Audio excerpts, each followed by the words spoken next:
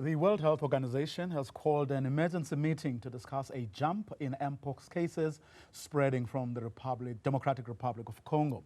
The WHO says that 27,000 cases have been recorded in the DRC and over 1,000 people have lost their lives.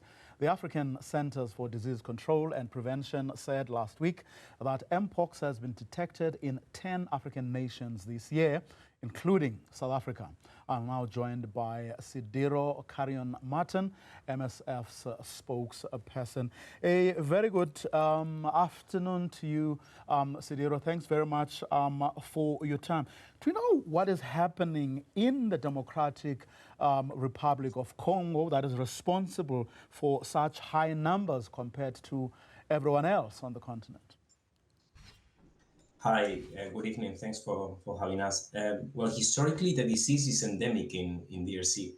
Cases have been reported for many years in different provinces. However, the number of cases has been increasing in the last years, and the health authorities declared the epidemic in December 2022. The number of cases have tripled in 2023, and in this year, the situation is even worse. Between January and now, more than 13,000 cases have been reported and 500 deaths in 23 provinces of the country. Do we know what is, if there's anything peculiar about the DRC or the strain of the Mpox that is found there? Yes. So we know that there is a new variant of clade 1. Clade 1 was already circulating in DRC for many years, as I said before, but this new variant of clade 1 called clade 1b has been identified in South Kivu province and has had uninterrupted human-to-human transmission in the last months, and this is something new. So there is a real risk of international spread of this epidemic. In fact, as you mentioned earlier, there have already been reports of several cases in neighboring countries such as Burundi and the Central African Republic. There was already a major pandemic in 2022, but the affected countries were mostly high-income countries with resources to control and stop the epidemic and to treat patients. The situation now would be quite different with the spread in low-income countries.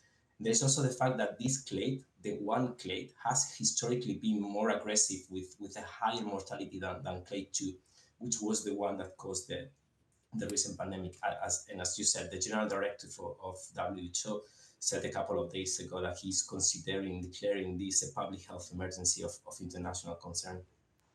Now, the WHO has now appointed this committee who will advise it on whether the outbreak represents a public health emergency of international concern. What does that mean? What will that enable the WHO to do? And what does it mean for the rest of the world? Well, that will mean that more attention will be drawn into this emergency, which is currently suffering from major gaps. So hopefully the more resources will come to stop this outbreak and to be able to fill the many gaps existing at the moment. Now, in 2022, Mpox was declared a global emergency after spreading to about 70 countries or so. What did that particular step do, that which presumably will help in the management of Mpox now, in the event the committee advises the WHO to declare this a public health emergency of international concern?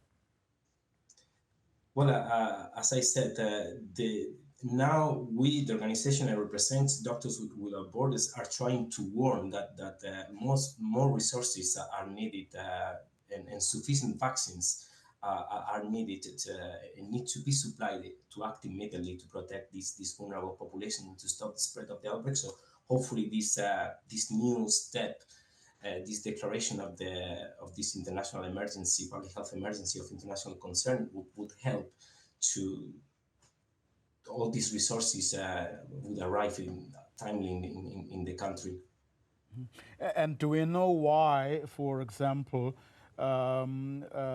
vaccines aren't being made available to countries like the DRC,